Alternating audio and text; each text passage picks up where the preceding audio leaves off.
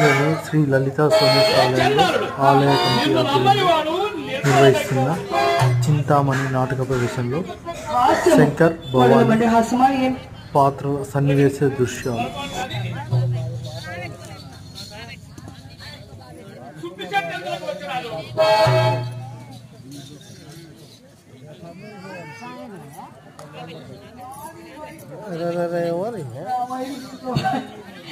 ఆ సంగతి మీకే చెప్పారండి.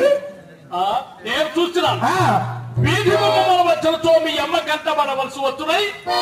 పెరటి బొమ్మ కనుక వచ్చరికి తనాలు అతను తలుపు తెచ్చుకొని బదాల బయటకు వచ్చాను.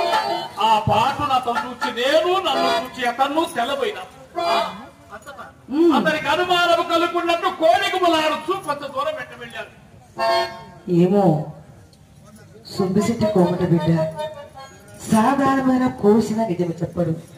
ఇతనేమి చెప్పినా తెలియనప్పుడు నేనేం చెప్పిన అదే వేలయ్యాలి తెలివి తేటల వెన్నెల చేయి ఘట్టములు.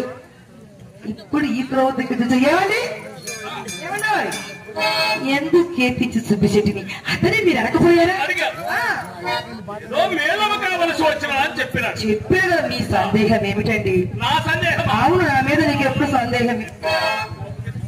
కోపం ఎందుకు? ఏమైనా పాపం ఉండదు కదా. అది మాట చెప్పను.